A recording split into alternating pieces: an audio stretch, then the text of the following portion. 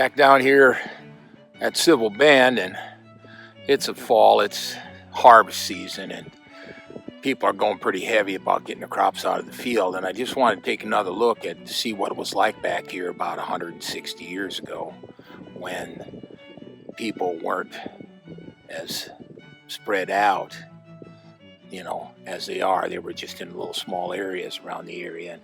And we've already talked about Lester and Elvira Platte, so we're going to look at a second place about a mile from here. So we're going to get on another journey on the Underground Railroad. Well, back in the 1800s, 1840s, when Lester and Elvira Platte came here, and up probably until the 1920s or 30s, the Missouri River was a lot different than it is today. It was more or less a meandering river. Today it's pretty well, the Army Corps of Engineers has gone in and straightened out a lot of things so that it basically stays on the same path. But it used to change course quite a bit. And if you look way over in the distance in the east over there, you're going to see those bluffs over there. Well, a lot of times when the river flooded back in the day, it would go from those bluffs over there all the way down, and on the other side down in there is Nebraska, and that's where it traveled. So we had about 10 miles in here. So this whole thing would be underwater when it flooded.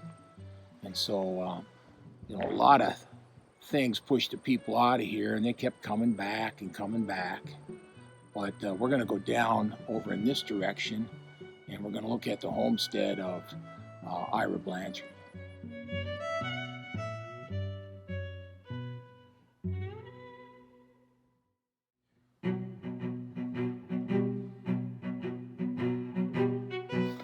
About a mile north and a little bit west of the Platte homestead, and I got the home site of Dr. Ira Blanchard, who's an abolitionist that came here back in the day too. And it says here that his home site back out would have been straight east, and I'm facing east right now, from 1848 to 1982, and used to be right back in this field. And this is the cemetery, the little Blanchard cemetery, and I believe I'll go in there in a little bit and we'll see if we can find some of those early pioneers buried at this particular location.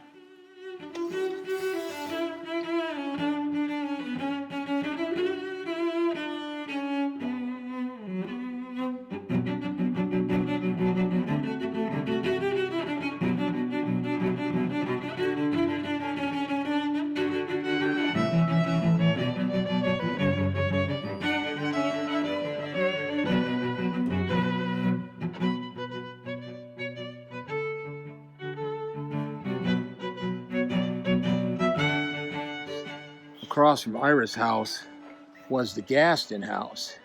That was probably someplace right over in here, and they had what they called a common area, or commons between the two. That's probably where they met and had their gatherings and so forth. That had probably been in this general direction right here.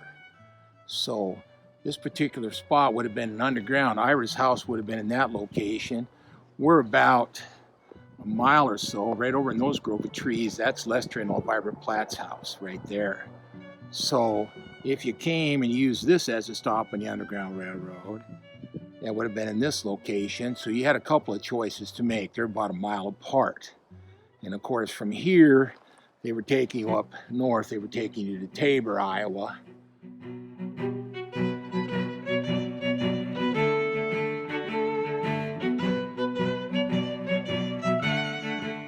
So I'm back here at Copeland Landing in the ferry boat. It says half a mile west in the 1850s. Well, if you go back about to that tree line right there, that's about a half a mile. So I'm thinking someplace back in there was this landing. In June of 1850, a case of cholera arrived on a boat that came from St. Louis. Several fatal cases came to the Civil Bend area. At the time, quinine was the common medicine prescribed by physicians, but unfortunately supply was exhausted. You couldn't get any quinine anywhere from Canesville, which is Council Bluffs, all the way to St. Joe. Dr. Blanchard took a hint from one of his medical journals and prescribed a remedy of sodium chloride, which is common salt. 3 teaspoons were a dose. Many people survived because they took Dr. Blanchard's cure. In the fall of 1850, a colored family by the name of Garner came into the area. The Garners were known to Dr. Blanchard from his Kansas days. The Garners were hard workers and had bought their freedom. In 1839, the Iowa Territory enacted a law that required Negroes and mulattoes to obtain from a court a certificate stating they were free. The person had to post a $500 bond as guarantee of their good behavior. A fine of $5 to $100 could be charged to anybody who hired or harbored a Negro or mulatto who did not have a certificate or post a required bond. Slaveholders could pass through Iowa with their slaves, and fugitive slaves were to be arrested and returned. The Garner family, although free, did not have $500 for the Iowa bond. Ira Blanchard and George Gaston readily became their bondsmen. As I mentioned earlier, among nearby slaveholders was one Stephen Knuckles of the Nebraska City, Nebraska Territory. Stephen had owned 2 female slaves. While white abolitionists were not usually enticing slaves to leave their masters, they stood ready and willing to help those slaves who wanted their freedom and set out to try and get it.